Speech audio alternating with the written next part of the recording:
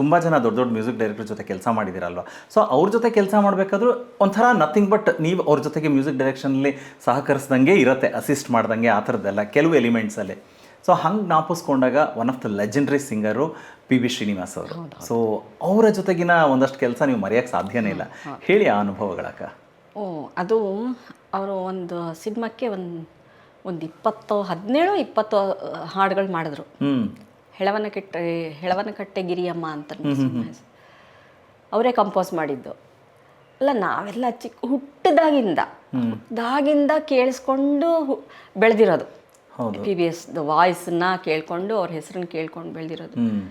ನನಗಂತೂ ಅದೆಲ್ಲ ಒಂಥರ ಕನಸಿದ್ದಂಗೆ ಅನ್ಸೋದು. ಅವ್ರ ಜೊತೆ ಕೆಲಸ ಮಾಡ್ತಾ ಅವ್ರನ್ನ ನಿಜವಾಗ್ಲೂ ಹೇಳ್ತೀನಿ, ನೋಡೋಕ್ಕೆ ಖುಷಿ ಅವ್ರನ್ನ. ಹೌದು. ಆಮೇಲೆ ಅವರ ಜೇಬಲ್ಲಿ ಒಂದಷ್ಟು ಕಲರ್ ಪೆನ್ಗಳು ಇಟ್ಕೊಂಡಿರ್ತಾರೆ. ಜೇಬ್ ಕೈ ಯಾಕಂದ್ರೆ ಚರಪರ ಚರಪರ ಚರಪರ ಏನಂತಂದ್ರೆ ಚಾಕ್ಲೇಟ್ಗಳು. ಹೌದಾ? ಹೌದು. ಚಾಕ್ಲೇಟ್ಗಳು. ಆಮೇಲೆ ಏನಂತೆ ಅಂದರೆ ಅವರು ಪ್ರಕಾಶ್ ಹೇಳ್ತಾ ಇದ್ದಿದ್ದು, ವಿಜಯಭಾಸ್ಕರ್ ಅವರ ಇನ್ಚಾರ್ಜ್ ಅವರು, ವುಡ್ಲ್ಯಾಂಡ್ಸಲ್ಲಿ ಒಂದು ಟೇಬಲ್ ಅವ್ರಿಗೇನೆ, ಅಲ್ಲೊಂದು ಈ ಕೊಡೆ ಇದು ಇಟ್ಕೊಂಡು ಕೂತ್ಕೊಂಡ್ಬಿಡೋರಂತೆ ಒಂದು ಮರದ ಕೆಳಗಡೆ ಬರಿತಾ ಇರೋರು. ಅವ್ರ ಕಾರಲ್ಲಿ ಹೋಗ್ಬೇಕಾದ್ರೆ ಜಾಗನೇ ಇಲ್ವಂತೆ, ಬುಕ್ಸು, ಚಾಪೆ, ಈ ಕೊಡೆ ಎಲ್ಲ ಇಟ್ಕೊಂಡಿರೋರಂತೆ. ಅವ್ರಿಗೆ ಯಾವ್ದಾದ್ರು ಒಂದಕ್ಕೆ ಒಪ್ಪಿಸ್ಬೇಕು ಅಂತಂದರೆ ಒಂದು ಅರ್ಧ kg ಮೈಸೂರು ಪಾಕ್ ತಗೊಂಡು ಹೋಗಿ ಕೊಟ್ಬಿಟ್ಟು ಅಲ್ಲಿ ಒಪ್ಸೋದಂತೆ. ಹೌದಾ? ಅವ್ರು ತುಂಬ ಸಿಹಿ ಪ್ರಿಯ ಅಂತೆ. ಹಾಗೆ ಅಂತ ಪರ್ಸನ್ನು ಅದೇ ಥರ ತುಂಬ ಸ್ವೀಟೆಸ್ಟು, ಅಂದರೆ ಮಗು ಥರಾನು. ಏನು ತಿಳ್ಕೊಂಡಿದ್ರಪ್ಪ, ಎಷ್ಟೆಷ್ಟು ಭಾಷೆ ತಿಳ್ಕೊಂಡಿದ್ರು. ಪಂಡಿತರು ನಿಜ. ಅವರು ನೋಡೋದು ಒಂದು ಥರ ಇದಾದರೆ ಅವರು ಕಂಚಿನ ಕಂಠ, ಅಪ್ಪ ನನಗಂತೂ ನಿಜವಾಗ್ಲೂ ಹೇಳ್ತೀನಿ. ಅವರು ಛಾಯನ್ಗೆ ಒಂದು ಹಾಡು ಹೇಳ್ಕೊಡ್ತಾಯಿದ್ರು. ಎಲ್ಲರೂ ಕೋರಸ್ ಸಿಂಗರ್ಸು, ಛಾಯಾ, ನಾನು ಎಲ್ಲ ಕೂತ್ಕೊಂಡು ಮಾತಾಡ್ತೀವಿ. ಎಲ್ಲ ಹೆಣ್ಮಕ್ಳು ಯಾರೆಲ್ಲ ಇರ್ತಾರೆ, ಹರಟೆ ಕೊಚ್ತಾ ಕೂತಿದ್ವಿ. ಅವರ ಅಲ್ಲೆಲ್ಲ ಬೇರೆಯವ್ರ ನೊಟೇಷನ್ ಎಲ್ಲ ಕೊಡುವಾಗ ಇಲ್ಲಿ ಬಂದ ತಕ್ಷಣ ಎಲ್ಲ ಎದ್ದೊಟ್ಟೋದ್ರು. ಛಾಯಾ ಒಬ್ಳು ಹಾಡು ಹೇಳ್ಕೊಡ್ಬೇಕು ಛಾಯನ್ಗೆ ಅಂತ ಹೇಳಿದ್ರು. ಎಲ್ಲ ಎದ್ದೊಟ್ಟೋದ್ರು. ನಾನು ಹೋಗಲೇ ಇಲ್ಲ. ಅವರು ನೋಡಿಬಿಟ್ಟು, ನಾನು ಹೇಳ್ಕೊಡ್ಬೋದಾ ಅವ್ರಿಗೆ ಹಾಡು, ತೊಂದರೆ ಆಗಲ್ವಾ ನಿಮಗೆ ಅಂದರು. ನನಗೆ ಅಂದರೆ ಅಷ್ಟು ದೊಡ್ಡವರು, ಅವ್ರು ಎದುರುಗಡೆ ಮಾತಾಡೋ ಧೈರ್ಯ ಇಲ್ಲ ನಮಗೆ. ಮನ್ಸೊಳಗಡೆ ನಾ ಕೂತಿರೋದೇ ಅದಕ್ಕೆ ಸರ್ ನಿಮ್ಮ ವಾಯ್ಸ್ ಕೇಳೋಕ್ಕೆ. ಅದಂತ ನೆನೆಸ್ಕೊಂಡು ಇವತ್ತಿಗೂ ಎಷ್ಟು ಸರಿ ಹೇಳಿದ್ದೀನಿ, ಆದ್ರೂ ನನಗೆ ಮೈಜುಮನತ್ತೆ. ಕೆಲವು ಮರೆಯೋಕೆ ಆಗೋದಿಲ್ಲ. ಅಂದರೆ ಎಷ್ಟು ಸಲ ಹೇಳಿದ್ರು ಬೇರೆಯವ್ರಿಗೂ ಕೇಳೋಕ್ಕೆ ಖುಷಿ, ನಿಮಗೂ ಇನ್ನೊಂಥರ ಆ ಅನುಭವಗಳ ಕಣ್ಣೆದುರುಗಡೆ ಬಂದು ಹೋಗೋದಲ್ಲ. ನಿಜ.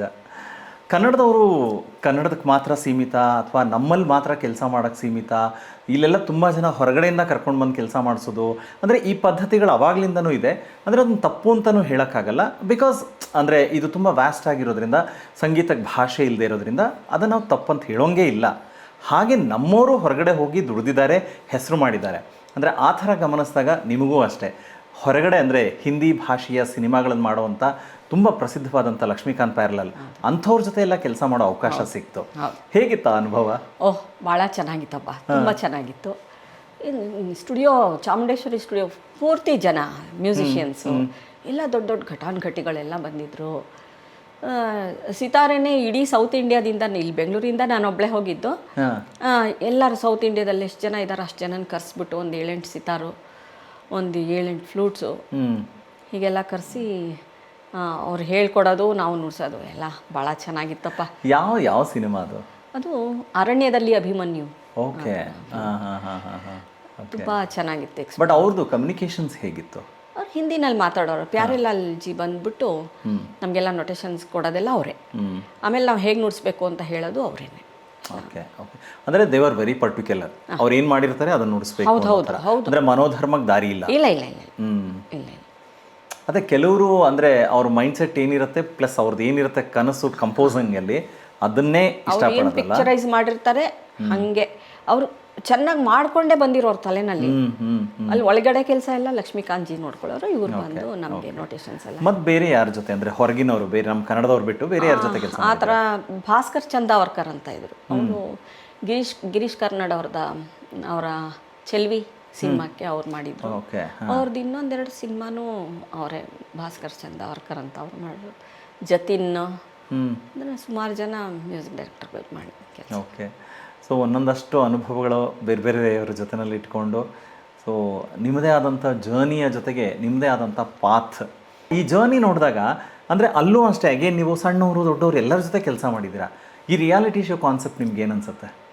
ಅದು ಚೆನ್ನಾಗಿತ್ತು. ನಮಗೆ 4 ಗೋಡೆ ಮಧ್ಯ ರೆಕಾರ್ಡಿಂಗಲ್ಲಿ ನುಡಿಸಿ ರೂಢಿ ಇತ್ತು. ಆಮೇಲೆ ಇಲ್ಲಿಗೆ ಬಂದಮೇಲೆ ಇದು ಹಾಗೆ ಅಂತ ಅಂದ್ಕೊಂಡೇ ನುಡಿಸ್ತಾ ಇದ್ವಿ. ಆದರೆ ಆಚೆ ಬಂದಾಗ ನಮ್ಗೆ ಅದರ ಅನುಭವ ಗೊತ್ತಾಯಿತು. ಓಕೆ.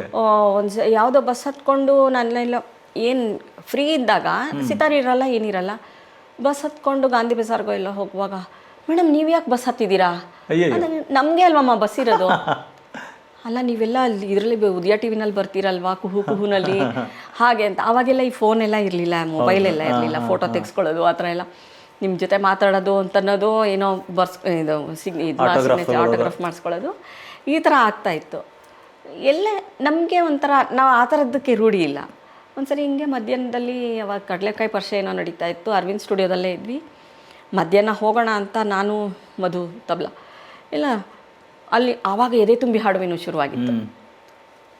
ಆಮೇಲೆ ಅಲ್ಲಿ ಹೋಗ್ಬಿಟ್ಟು ಅಲ್ಲಿ ಕಬ್ಬೆಲ್ಲ ಸಿಕ್ತು, ಎಲ್ಲ ತಿನ್ಕೊಂಡು ರೋಡಲ್ಲಿ ಕಡಲೆಕಾಯಿ ಪರಿಷೆಗೆ ಅಲ್ಲೆಲ್ಲ ಜನ ಅಲ್ಲಿ ಹಾಕೊಂಡು ಟಿ ವಿನಲ್ಲಿ ಇಷ್ಟು ಚೆನ್ನಾಗಿ ಕಾಣಿಸ್ತಾ ಇರ್ತಾರೆ, ಇಲ್ಲಿ ನೀನು ರೋಡಲ್ಲಿ ನಿಂತ್ಕೊಂಡು ಕಬ್ಬು ತಿಂತಾರೆ ಅಂತ. ನಮಗೆ ಅದು ಆ ಥರದ್ದು ರೂಢಿ ಇಲ್ಲದೆ ಇರೋದ್ರಿಂದ ಅದೊಂದು ಸ್ವಲ್ಪ ಇದಾಗೋದು. ಇವಾಗ ನೆನ್ಸ್ಕೊಂಡ್ರೆ ಖುಷಿ ಆಗುತ್ತೆ, ಆವಾಗ ಸ್ವಲ್ಪ ಕಸಿವಿಸಿ ಅನ್ಸೋದು. ಅಲ್ಲ ಅಂದರೆ ಒನ್ ವೇ ಆ ಥರದ ಎಕ್ಸ್ಪೋಜರು. ಇವಾಗ ನೋಡಿ ನೀವು ಸ್ಟುಡಿಯೋ ಒಳಗಡೆನೇ ಇದ್ದು ಮತ್ತು ತಿರ್ಗಾ ರೆಕಾರ್ಡಿಂಗ್ ಟೈಮಲ್ಲೂ ಅಂದರೆ ಫಿಲ್ಮ್ಗಳಿಗೆಲ್ಲ ಕೆಲಸ ಮಾಡಿದಾಗ always you are beyond the screen only. So ಈ ಥರ ಎಕ್ಸ್ಪೋಜರ್ ಬಂದಾಗ ಈ ಥರ ಚಾನಲ್ಸ್ಗಳ ಮೂಲಕ ಒಂದು ಹೊಸ ರೀತಿಯ ಅನುಭವದ ಜೊತೆಗೆ ಫ್ಯಾನ್ ಫಾಲೋವರ್ಸ್ ಜಾಸ್ತಿ ಆಗ್ತಾರೆ ಅಲ್ವಾ? ಹೌದು. ಹಂಗಿದ್ರೆ ನೀವು ಅಂದರೆ ಆ್ಯಸ್ ಎ ಟೀಚರ್ ಆಗಿ ಅಲ್ಲಿ ಅಂದರೆ ಅಕಸ್ಮಾತ್ ಈ ಪ್ರೊಫೆಷನ್ಗೆ ಬರಲಿಲ್ಲ ಅಂದರೆ ನಾನು ಲೆಕ್ಚರರ್ ಆಗಬೇಕು ಅಂತ ಹೇಳಿದ್ರೆ, ಆದರೆ ಇಲ್ಲಿ ಥ್ರೂ ಯುವರ್ ಮ್ಯೂಸಿಕ್ ಅಂತ ಯೋಚನೆಗಳು ಮಾಡಿದ್ದೀರಾ? ಹೇಳ್ಕೊಡ್ತೀರಾ? ನಾನು ಆ್ಯಕ್ಚುಲಿ ಹೇಳ್ಕೊಡೋದಕ್ಕೆ ಇಷ್ಟನೇ ಇದ್ದಾರೆ, ಸ್ಟೂಡೆಂಟ್ಸ್ ಇದ್ದಾರೆ. ಆದರೆ ಏನಾಗುತ್ತೆ ಅಂತಂದರೆ ಅವ್ರು ಹೇಳ್ಕೊಡೋ ಪಾಠದ ಟೈಮಲ್ಲಿ ನಾನು ಪ್ರೋಗ್ರಾಮ್ಗೆ ಹೋಗೋದು. ಓಕೆ. ಯಾವುದೋ ಪ್ರೋಗ್ರಾಮ್ ಬುಕ್ ಆಗೋದ್ರೆ ಹೊರಟೋಗ್ತೀವಲ್ವಾ, ರೆಗ್ಯುಲರ್ ಕ್ಲಾಸಸ್ ಅಂತ ಮಾಡೋಕ್ಕಾಗ್ತಾ ಇಲ್ಲ ನನಗೆ. ಅದೊಂದು ಬೇಜಾರಿದೆ. ಅವ್ರಿಗೂ ನನಗೂ ಟೈಮ್ ಯಾವಾಗ ಸೆಟ್ ಆಗುತ್ತೆ ಆವಾಗ ಪಾಠ ಮಾಡ್ತೀರಾ. ಬಟ್ ನೀವು ಬೇಜಾರಂದ್ರಿ, ನಮಗೇನು ಖುಷಿ ಗೊತ್ತಾ ಅಂದರೆ ಅವತ್ತಿನಿಂದ ಇವತ್ತಿನವರೆಗೂ ಅಂದರೆ like you are stepping towards 50 years of your journey of musical ಜರ್ನಿದು. ಸೊ ಇಷ್ಟಾದ್ರೂ ಇವತ್ತು ಅದೇ ಡಿಮ್ಯಾಂಡ್ ಇದೆ, ನಮಗೆ ಸುಮಾರಾಣಿಯವರೇ ಬೇಕು ಅಂತ ಕೇಳೋ ಡಿಮ್ಯಾಂಡ್ ಉಳಿಸ್ಕೊಂಡಿದ್ದೀರಲ್ಲ, ಅಂದರೆ ಅಲ್ಲಿ ನಿಮ್ಮ ಶಕ್ತಿ ಏನು ಅಂತ ಗೊತ್ತಾಗುತ್ತೆ. ವಿಶ್ವಾಸ ಎಲ್ಲರಿಗೂ ಅದೊಂದು ಖುಷಿ ಆಗುತ್ತೆ. ಈ ಜರ್ನಿಗಳು ಯಾವುದೇ ಕ್ಷೇತ್ರದ ಜ್ಞಾಪಿಸ್ಕೊಂಡಾಗ ಪ್ರಶಸ್ತಿ ಸನ್ಮಾನಗಳು ಅಂತ ಹೇಳಿದಾಗ ಹೌದಪ್ಪ ಬಂದರೆ ಖುಷಿ ಅಲ್ವಾ, ಅಯ್ಯೋ ಬರಲೇಬೇಕಪ್ಪ, ಅಯ್ಯಯ್ಯೋ ಬರಲೇ ಇಲ್ವಲ್ಲ, ಈ ಎಷ್ಟೊಂದು ಮೈಂಡ್ಸೆಟ್ ಇದೆ. ಬಟ್ ನೀವು you are in which mindset? ನನಗೇನು ಬೇಡ, ನನಗೆ ಅದು ಎಲ್ಲೋ ಯಾರೋ ಬಂದುಬಿಟ್ಟು ಚೆನ್ನಾಗಿ ನೋಡ್ಸಿದ್ದೀರಿ ಅಂತ ಹೇಳಿಬಿಟ್ರೆ ಸಾಕು. ಅದೇ ಅದೇ ಅದೇ ಪ್ರಶಸ್ತಿ. ಎಲ್ಲಿಂತ ಇಟ್ಕೊಳ್ಳೋಣ, ಅದನ್ನು ತೋರ್ಸೋಕ್ಕಷ್ಟೇ ಅದು.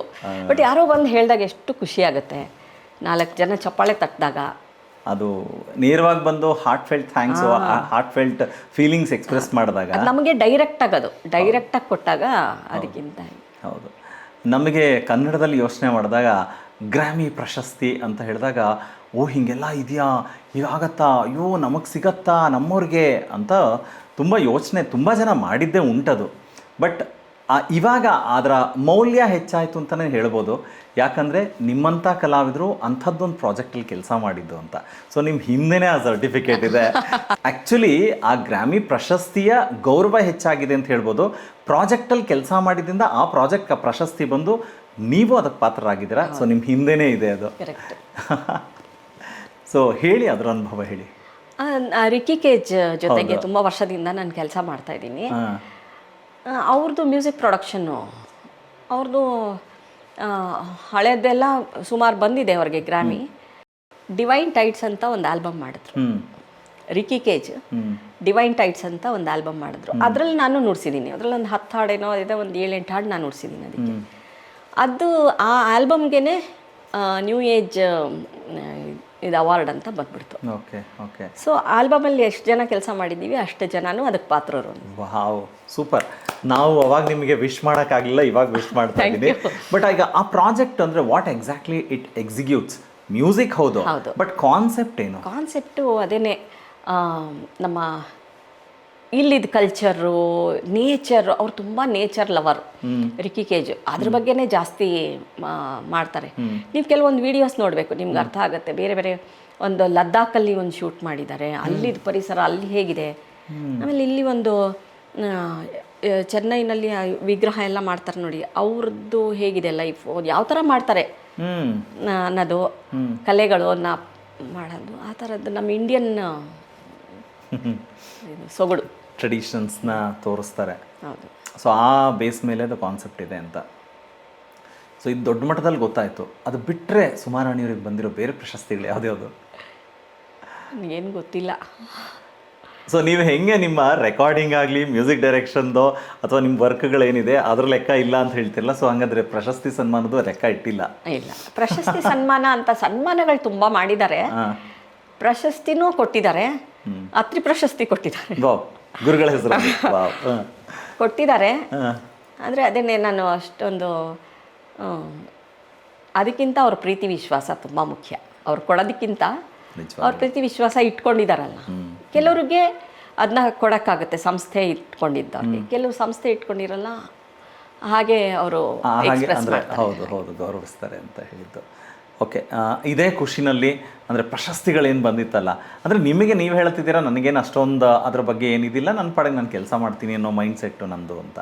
ಸೊ ಹಾಗಾಗಿ ನೀವು ಖುಷಿ ಪಡೋವಂಥ, ನಿಮಗಿಷ್ಟ ಇರೋವಂಥ ಯಾವುದಾದ್ರೂ ಒಂದು ಬಿಟ್ ಪ್ಲೇ ಮಾಡಿ ಕೇಳಿಸಿ. ಸರಿ.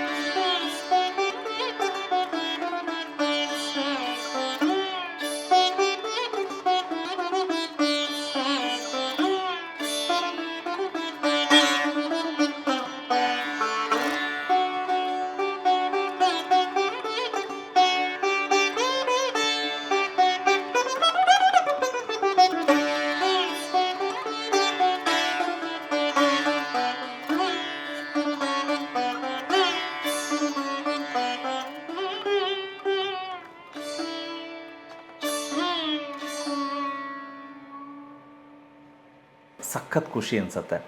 ನಿಮ್ಮ ಪ್ರಕಾರ ಕಲಿಕೆ ಅನ್ನೋದು ಇಸ್ ಇಟ್ ಒಂದು ಹಂತಕ್ಕೆ ಕಲ್ತ ಮೇಲೆ ನೆಕ್ಸ್ಟ್ ನಾವು ಪರ್ಫಾರ್ಮರ್ ಆಗಿದ ತಕ್ಷಣ ಅಲ್ಲಿಗೆ ಮುಗೀತಾ, ಅಥವಾ ಲರ್ನಿಂಗ್ ಅನ್ನೋದು ಇಟ್ಸ್ ಎ ನಿರಂತರನ? ಲರ್ನಿಂಗ್ ನಿರಂತರನೇ, ಪ್ರತಿದಿನ ಕಲಿತಾನೆ ಇರಬೇಕು. ನಾನು ಕಲಿಯೋದು ಬಿಟ್ಟೇ ಇಲ್ಲ. ಅಂದರೆ ನಾನು ಮೈಸೂರಲ್ಲಿದ್ದಾಗ ಕಲಿತಾ ಇದ್ದೆ. ಆಮೇಲೆ ಬೆಂಗಳೂರಿಗೆ ಬಂದಾಗ ಒಂದು ವರ್ಷ ನಾನು ಬಾಲ್ಯಖಾನವ್ರ ಹತ್ರ ಹೋದೆ ಪಾಠಕ್ಕೆ. ಹೌದಾ?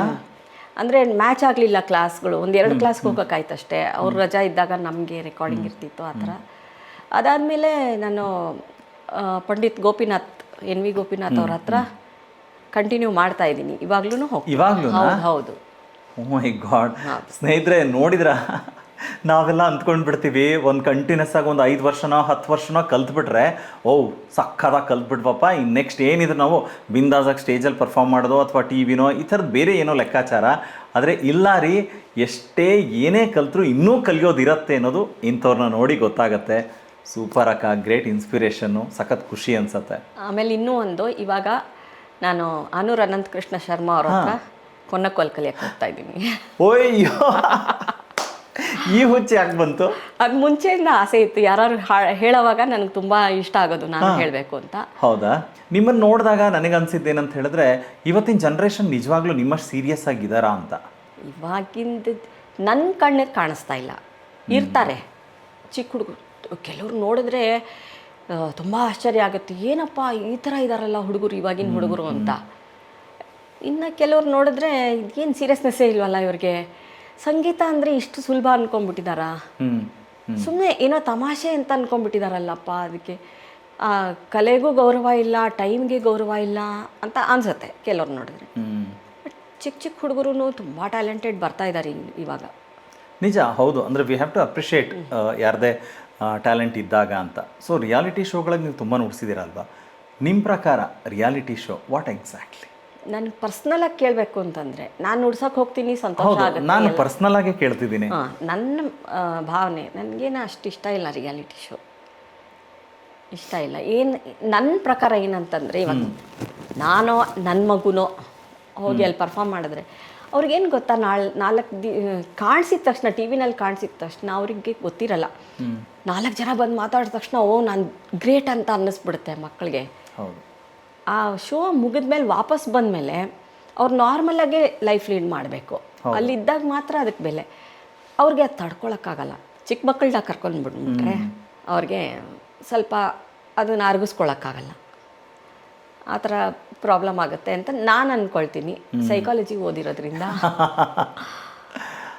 ಇಲ್ಲ, ಯಾಕಂದರೆ ಈ ಮಾತುಗಳನ್ನು ನಾವು ತುಂಬ ಕಡೆ ಎಲ್ಲ ಕೇಳ್ತೀವಿ. ಅಂದರೆ ನೀವು ಆ್ಯಸ್ ಎ ಮ್ಯೂಸಿಷಿಯನ್ನು ಕೂಡ ನಿಮಗೆ ವೈಯಕ್ತಿಕವಾಗಿ ಅನುಭವ ಅದು ನನಗೆ ಅನಿಸುತ್ತೆ ಅಂತ ಹೇಳೋದಲ್ಲದೆ, ಜನಸಾಮಾನ್ಯರು ಕೂಡ ತುಂಬ ಜನ ಹೇಳೋದು ಅದನ್ನೇ.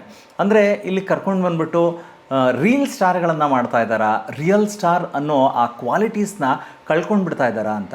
ಇಲ್ಲ, ಅವರು ಇದಿದೆ, ಟ್ಯಾಲೆಂಟೆಡ್ ಇರ್ತಾರೆ, ಆದರೆ ಅದನ್ನು ಬೆಳೆಯೋಕ್ಕೆ ಅವಕಾಶ ಕೆಲವ್ರು ತಗೊಂಡ್ಬಿಡ್ತಾರೆ.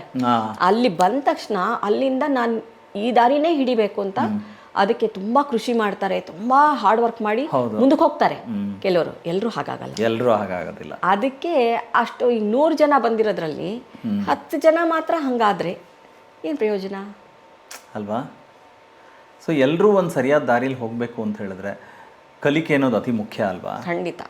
ಕಾಂಪಿಟೇಷನ್ಸು ಅಥವಾ ರಿಯಾಲಿಟಿ ಶೋಗಳು ಏನೇ ಇದ್ದರೂ ನಮಗೊಂದು ಸಣ್ಣ ಬೂಸ್ಟರ್ ಥರ, ನಾವು ಇನ್ನೇನೋ ಮಾಡಬೇಕು ಅಂದಾಗ ಪ್ರೊವೋಕ್ ಮಾಡುತ್ತೆ ಅನ್ನೋದು ಮಾತ್ರ ಸತ್ಯ ಅಂತ. ನಿಮ್ಮ ಪ್ರಕಾರ ನಾನು ಮ್ಯೂಸಿಕ್ನ ಬದುಕಾಗಿ ತೊಗೊಳ್ತೀನಿ ಅಂತ ಇವತ್ತು ಪ್ರೆಸೆಂಟು ಏನೋ ಒಂದಷ್ಟು ತಾಲೀಮ್ ಮಾಡ್ಕೊಂಡು ಬಂದಿರ್ತಾರೆ, ಬಟ್ ಅವನೇನೆ ಸೀರಿಯಸ್ ನೋಟ್ ನಾನು ಪ್ರೊಫೆಷನ್ನಾಗೇ ತೊಗೊಳ್ತೀನಿ ಅಂತ ಹೇಳಿದ್ರೆ ಬದುಕಕ್ಕೆ ಸಾಧ್ಯ ಇದೆಯಾ? ನನ್ನ ಪ್ರಕಾರ ಇಲ್ಲ. ನಾನು ಸುಮಾರು ಜನಕ್ಕೆ ಹೇಳಿದ್ದೀನಿ. ಒಂದು ಮ್ಯೂಸಿಕ್ ಡೈರೆಕ್ಷನ್ ಮಾಡೋಕ್ಕೆ ಒಂದು ಹುಡುಗ ಬಂದಿದ್ದರು, ನಾನು ಸಾಫ್ಟ್ವೇರ್ ಕಂಪನಿ ಬಿಟ್ಬಿಟ್ಟು ನಾನು ಮ್ಯೂಸಿಕ್ ಡೈರೆಕ್ಟರ್ ಆಗಕ್ಕೆ ಬಂದಿದ್ದೀನಿ. ಇನ್ನೊಂದ್ಸರಿ ಯೋಚನೆ ಮಾಡಿ. ಮುಂಚೆ ಇತ್ತು ಕಾಲ ಆ ಥರ, ನಾವೆಲ್ಲ ಕೆಲಸ ಬಿಟ್ಬಿಟ್ಟು ನಾವು ಇದಕ್ಕೆ ಬಂದುಬಿಟ್ವಿ, ಅದು ಬೇರೆ. ಇವಾಗ ಯೋಚನೆ ಮಾಡಿ, ಆ ಥರ ಡಿಸಿಷನ್ ತಗೊಳ್ಬೇಡಿ, ಇದು ಮಾಡಿ ಅದು ಮಾಡಿ, ಕ್ಲಿಕ್ ಆಯಿತು ಅಂದರೆ ಇಲ್ಲಿರಿ ಅಂತ. ಆ ಥರ ಇವಾಗ ಹೇಳೋಕ್ಕಾಗಲ್ಲ. ಮತ್ತು ತುಂಬ ಜನ, ಕಾಂಪಿಟಿಷನ್ ತುಂಬ ಇದೆ. ಹೌದು. ಬುದ್ಧಿವಂತರು ತುಂಬ ಜನ ಇದ್ದಾರೆ. ಹಾಗಾಗಿ ಅದ್ರ ಮಧ್ಯೆ ಗೆಲ್ಲಬೇಕು ಅಂದರೆ ಅತಿ ಬುದ್ಧಿವಂತರೇ ಇರಬೇಕು. ಹೌದು ಅಲ್ಲ?